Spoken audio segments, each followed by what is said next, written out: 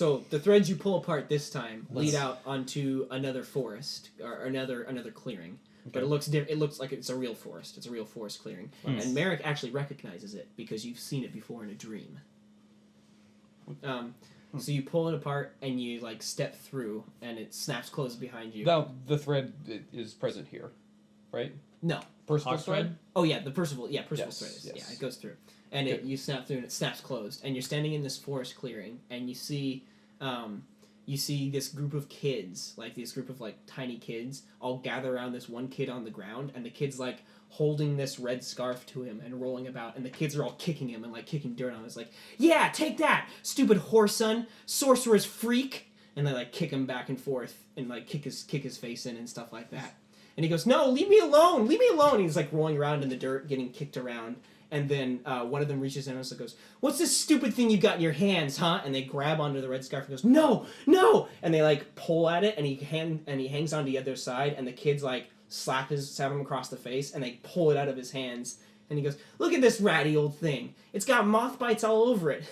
What a stupid piece of clothing. And he's like rolling about on the ground. He's like, don't touch it. Leave it alone. And they like grab it and he goes, let's show them what we do with trash. And they like grab either side of the scarf and rip it in half and just like tear it to pieces. Just like, and the kid's like rolling around going, goes, no, and he just starts crying, like tears run down his face, and he goes, why would you? And they like, haha, and they like kick him in the face one more time, and they go, freak, and they like turn around and walk off into the forest laughing to each other. And then he like sits there crying for a while and like grabs the scarf and like gathers the two ends of it together and tries to put it together. Now we know we can't interact, right? Yeah. Okay. And he's like crying a bit. Oh. And he like puts the two halves together, sadly, and he goes, and he like cries over it for a little while, and he raises his hand up and goes, yeah, and then he like casts a spell over the scarf, and you notice that the scarf goes and stitches itself back together. Oh, cool. As if it was mended. And he looks down at it and he picks it up and he rubs his face up against it and he goes, Mom. And he rubs his face up against it more. And then you guys get snapped out and the vision ends. Was that you? I'm confused. Merek, was that you as a child? It didn't look like young Merek. No. Okay. So you guys get snapped out and you're on the other side of the forest clearing now. Wide out before you can see a wide cloth-like plain, like stretched out before you. It's like different square patches of like a gigantic quilt laid out. Okay. And it rolls across. Now, does it look like actual... Okay, so it looks like we're on a quilt. Like it's clearly fabric. Like it's clearly fabric. But it's a very, very detailed quilt. And then you can see that the threads behind you from the forest have convalesced into one thread and then shot off into the sky. And they go streaming towards the sky. Leading you on, pointing in the same direction that the red thread does. And far across this clothing-like plain... At the far end of it, you can see a slightly raised up piece of like a rock plateau, and on top of that plateau, you can see a castle, like an ornate-looking castle, and swirling about this castle is this venomous-looking red mist, where lightning flashes down from it every now and again. Interesting. And then you look to the left and see a bed with a familiar friend sleeping in it. Wait. Is that Daedriel? Yep. So you guys look to the left, and there's like a double. Is the castle on the Quilt Hill? Yeah, it's like a raised plateau, but it's far away off in the distance. But the castle is not made of fabric. You can't see from here. Okay. So Daedriel's like sitting there sleeping in the bed. I run up to the bed, shake Dadriel away. You fool! What? Don't you realize what you've done? So you have no idea where you are. Because at one point you were like in, high above the sky, happy land. And now you're like, whoa! Wait, what? What are you talking about? How did you get in here? Daedriel, how did you get here? Those trinkets. What? Were pieces of the wizard. Wait, let go of me! I'm gonna use Bat Sword on you. Let's go. Daedriel, those items that you took from the horde, they turned into a breach, and Percival was taken. Oh yeah. By some sort of monster. Oh, I look around in the world. So Merek created a portal using the wardrobe. He connected it to wherever Percival was taken, and so now everything's some sort of jumbled mess. The connections between worlds, and we've been wandering through. And wait, so you got in here through like a back door? I guess This was not supposed to be. Azazex! You tricked me. Where are you, Azazex?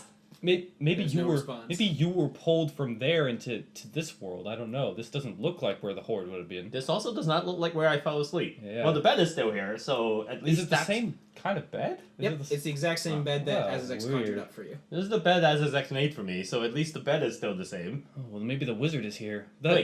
Wait. That's unsettling though. It only Where's- protects you. where's the wizard's We may soul? be endangered. And my begging bowl! It's not there at all. Oh my god! We gotta get back to the treasure room. My begging bowl is in there. You can do that later. Right now, we need to find Percival. How'd you guys drag me into this thing? You dragged yourself into this. You No, I've just been showed sleeping. up. I went to sleep. I've been having a really, really good nap. In fact, I feel so refreshed. I feel like I have 3 more points of luck again. If we don't find Percival, if Percival is in danger, then Merek's very life is in danger. He is so drained of power.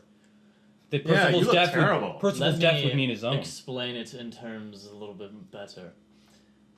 You, by bringing those trinkets into our world, you've opened a portal, and just a small one. A small one, enough for Azazex to grab Percival. He is using Percival to free himself from the room. Is Percival a gateway to like our world? Percival is magic in material form, Ooh. much like your owl. Something Yeah. that can be used as a catalyst for other spells. That's what I And had he feared. does- That's why I never bring Gears into here with me. Hmm. Plus, he has other business in the evenings. Hunting. Hey, can I see the red thread? Yeah. Now So- this is our only clue to where Percival is. Is it leading towards the castle on the hill? Yes. Oh, huh. Wait, so that castle wasn't there in the horde No. world. I was sleeping in a cool because every time I show up, Azazex creates another like mythical Oh, like it landscape. looks different every time. Yeah, so every time I go in there, it looks different. Well, with Merek weakened so, I'm glad to have found you. I was scared that I might have to face Well, there's always room for a thief. many dangers. And for all by adventure. Myself. Yes, let's press on. I just hope you do not make another terrible mistake. Can't believe you guys didn't throw Don't- those things away. Don't take another thing from the horde room. Yeah, Please I actually don't. learned that. Although well, never mind. We'll come to that later. For now, I have a begging bowl to find. Plus, Well, you he guys aren't may supposed he to may in be here. where Percival is, as that is no doubt where Azazex is. That is may what I'm lie. hopeful because that begging bowl is the only thing I have of Garen's left, and I need to find it. Plus, I'm in the middle of a very important experiment. Oh, something else we discovered. This claymore of Urano's, Ooh, it casts dispel when it is used. Ooh. It is imbued with that spell. so you can use it to kill Azazex, perhaps. Potentially, it is perhaps our only way of hurting him. Well, His this only point. means of life at this point is through magic. then you should take We points. must what? Go! What is that? There's a furious mowing that suddenly comes up as if there were many cats meowing. Let's move. And indeed, as you look forward, ahead of you, you can see a stampede, a tramping tribe of about 16 white cat-like forms coming towards you. From the castle? Yeah, from the direction of the... Not from the castle, but from the direction of Ooh, it. are they all Okay. Percival? And as they run forward, you notice that these are the man-like cat creatures that you've often seen come out of the wardrobe. That is terrifying. They charge forward on all fours, and they're charging straight for you. I stay Guys, behind let's- Jovan. Let's run to the castle. I You'd be don't. running right at them. Yeah, they're like charging us from the castle. Oh, what do we do, Merek? What do we do? Oh God! This is your world. I imagine they will tell me how foolish I am. So they run up. Okay, well, Are you guys just not going to move? Or? we're gonna wait for them to approach. I guess. I mean, we're gonna ready ourselves. Like draw our weapons. Okay, so you guys just wait? Yep. Alright, so they charge up and about 5 of them surround you and they're prowling about. So it's weird because they're like humans, right? Mhm. But they have more arched backs and their shoulders are raised up a little so they bend down like this like cats and they Okay. have the heads of cats. And they're moving about, slowly sliding, slowly what do you circling want? around you. And they hiss at you and one of them crawls up a little bit and goes, and he looks at Merek and he goes, "Fool, usurper, imposter. And he like hisses at you a bit. It's all your fault. And he goes, Imposter. and he goes, how dare you take over our master's mind? And they hiss again. And they move forward a bit and goes, where do you go, usurper? Next in the thread, owner of this accursed wardrobe. I know not of what you speak. I simply want to find Percival. It was our only way of reaching him, you understand. They look back and forth and like hiss at each other a bit and go, He was in the interest of saving his friend, his familiar, and himself. He cannot be wholly blamed. does he not know? He really does not. None of them do. And they look at you. No, what is this place? They look at you and they go, he must follow the threads of memory. Yes, all will be explained. And they come up to Merek. Do they look like they can see the red thread? No, they don't see them notice it. They like come up to Merek, and one of them like stands up on twos, on 2 feet next to you, and comes over and looks you in the eye. And you can see him looking right at it, and he goes, and he like studies you a bit, and he goes, maybe after they see the memories, they will understand. And he like drops himself back down to his feet, and he goes, come with us.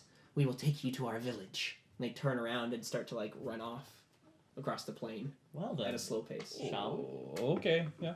Oh wait, just a moment. That's my favorite pillow over there. Of course. So you pick up the pillow, and behind the pillow is your begging bowl. Oh my god! Oh my god! Oh my god! Oh my god!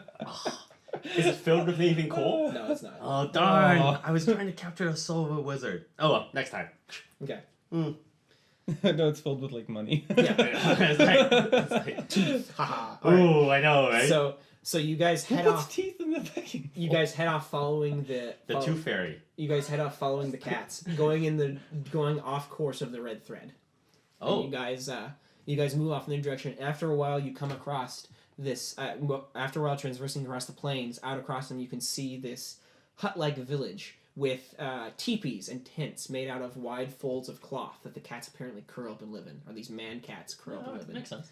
And then next to the teepees and tents, you can see some of the odd machines that you saw before. Sewing machines, the things that do the needle thing, and they're set up next to it and stuff. And the cats are like moving about as they get towards the village, and they look at the three of you as you approach, and they go, you should not be here. This is not a place for your kind. And they hiss a bit, and they go, all of the others who came here went insane. You must not come here. And they hiss a bit and go, but the threads, we can show you the threads. Then you will understand. And they like walk up towards Merek, and they peer at you, and one of them goes, we need to open his face. Yes, open his face. And there's like 4 of them start to surround you. And they go, hold still, it will not hurt. And one of them reaches up and like extracts, and you see these long claws come out of his face, and he reaches his paw up towards your face and like hooks the claws into your face just a little bit. Surprisingly, it doesn't hurt that much when they go in.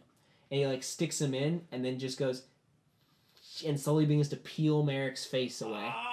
What's underneath? So Is it a cat? Is it the I cat face? know. Has he been the cat face man the whole time? Cat face. as they peel it away, you see that there are as they peel like Merek's face away, you can see that where his eyes and lips and mouth and nose should be, there's just like this jumble of yarn. It's like a whole bunch of yarn inside of him. And Do they you ever see Total Recall? am I? no. No. And they like reach the paw inside you, and like you can't. And while this is going on, by the way, you still see as if your face was like pointing down because it's hanging down like this. Oh, weird. And you look down as the cat like reaches its hand in the threads and starts like twinging them around and stuff and pulling on them. And you like look down at your hands and you go, what are these? And then your hand goes, hey, you idiot! You shouldn't let them do this to you. You're going crazy. I think you're going insane.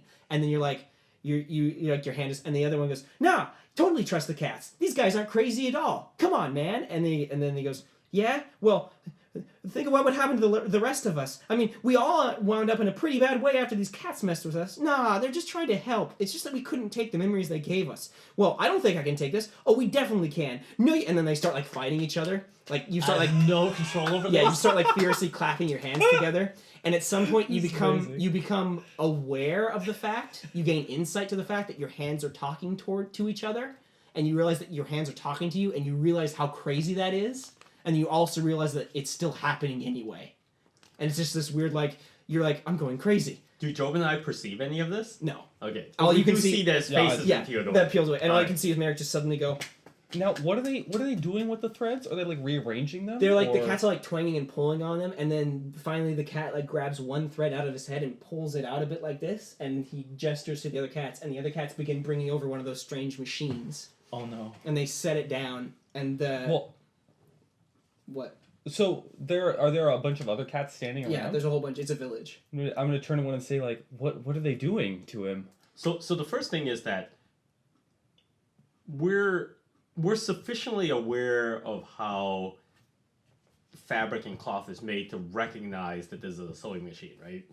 No. No. Well, see, So you have no idea what a sewing machine Sewing Yeah. machines are a future off invention, so you don't know what this machine does. Right. No, but when sewing machines were invented, Mhm. people could see what it did very obviously. Yeah, because I of mean, it's design. clearly an automated It was- stitching. It was just Yeah, weird like, that it was mechanical. It's obvious that when they're running the thread through, that's probably some sort of device for making clothing. Right, Yes. because when sewing machines were invented, people were like, "Oh, it's some crazy sewing machine," Right. because everyone knows how cloth is sewn, so they can Yeah, see what it does. They just weren't sure how it did it. Right, exactly. Mhm.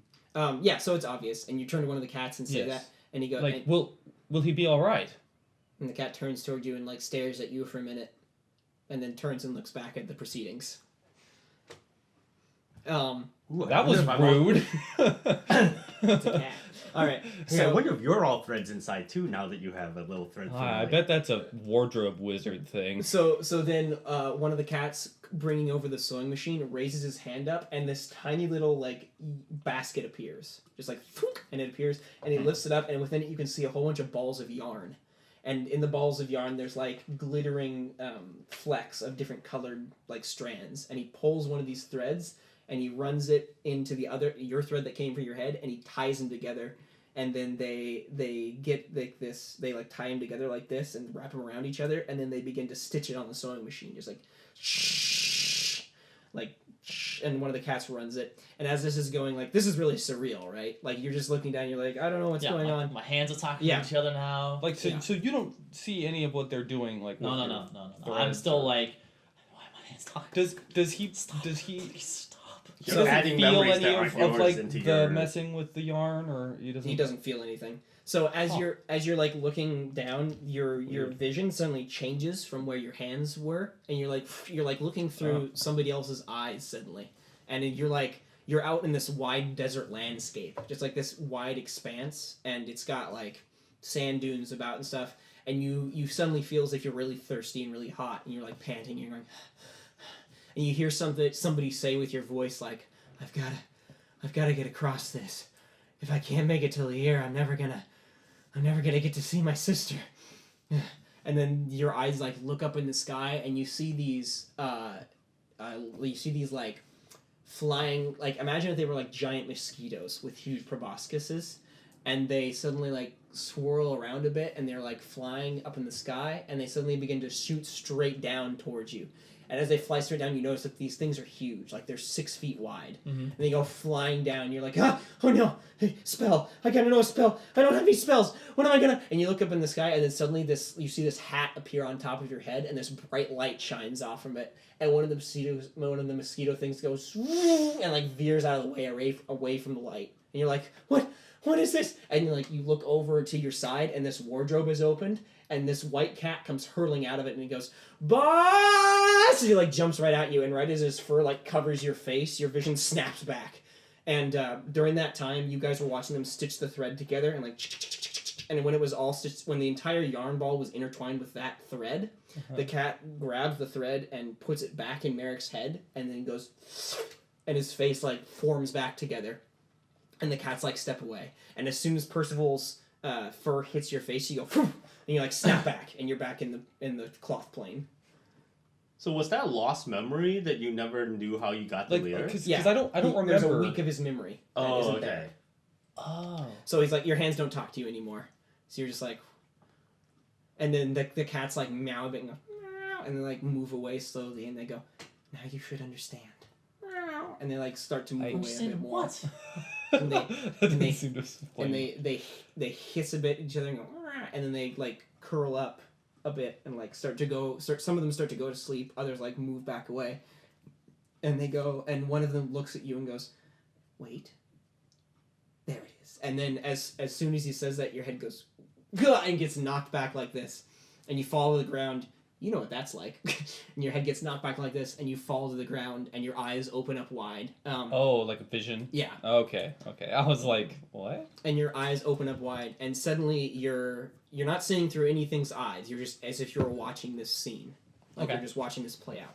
And you see the kid from before come back into he's like in this old dilapidated rundown manor house off to the side of what you imagine is a village. But the manor house is obviously collapsed and broken in, and it's worn down.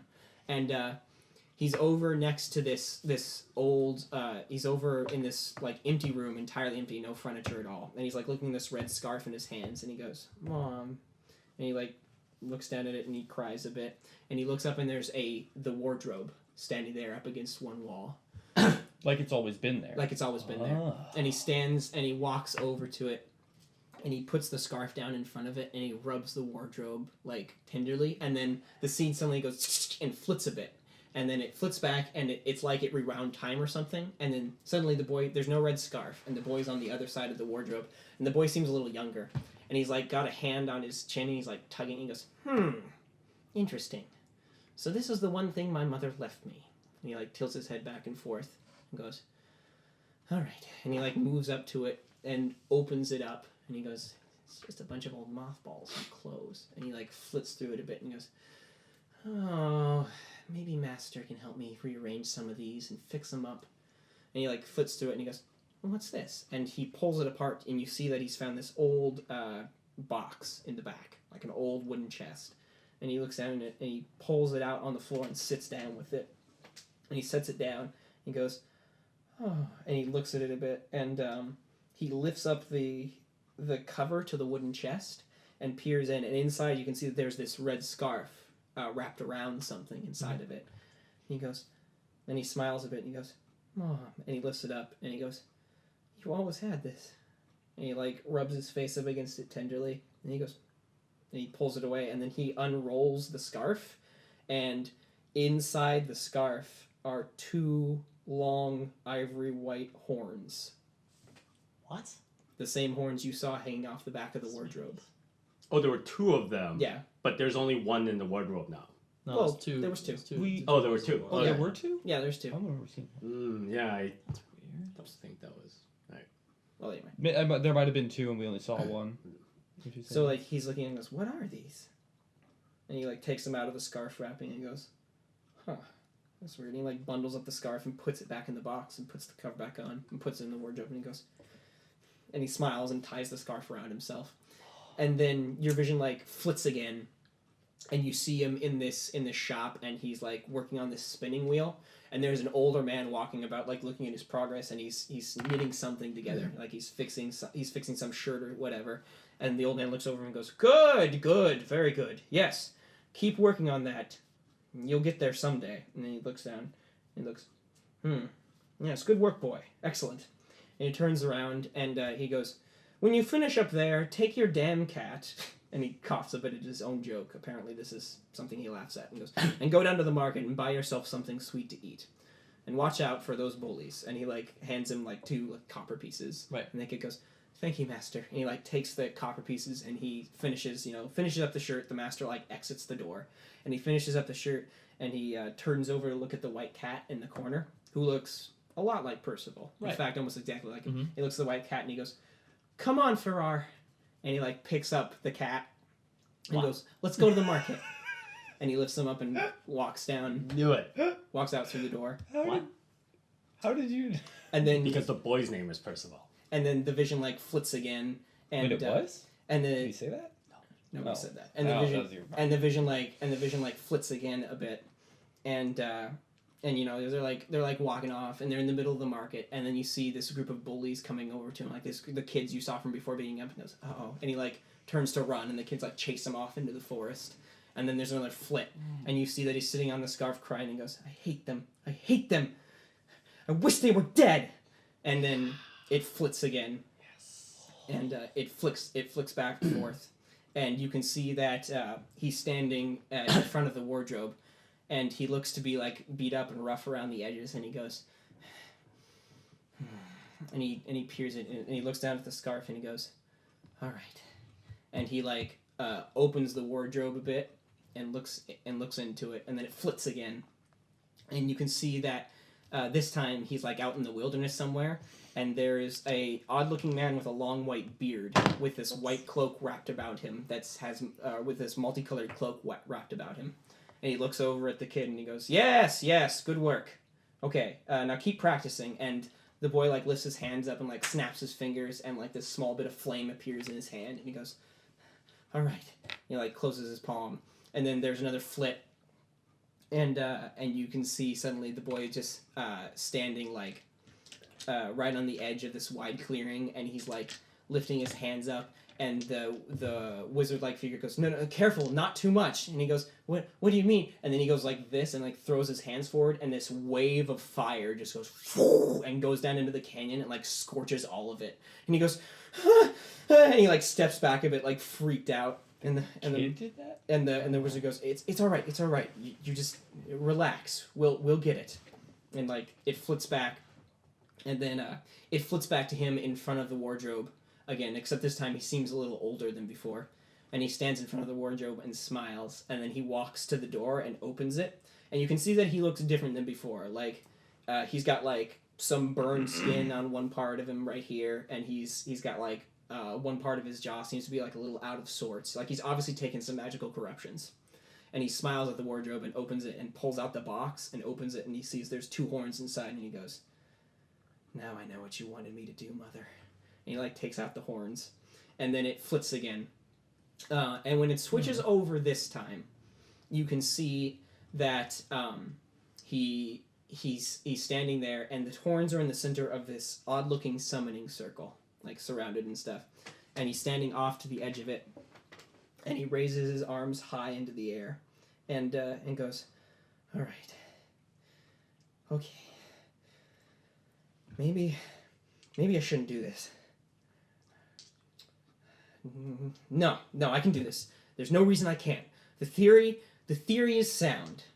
And he like presses his hands down on the edge of the circle and goes, here we go. And he like pushes energy into the circle. And in the center of the circle, you can suddenly see the 2 horns like roll a bit around the circle like this. They start to roll. And then there's this meow, just like this. And then out of the corner of his eye, this black cat suddenly jumps out of nowhere and like jumps across the circle and crosses it, and the magic instantly dies down as soon as the black cat crosses it. Just and the cat jumps in front, and the kid goes, "Who are you?" And he like stumbles back a bit and falls over in surprise. And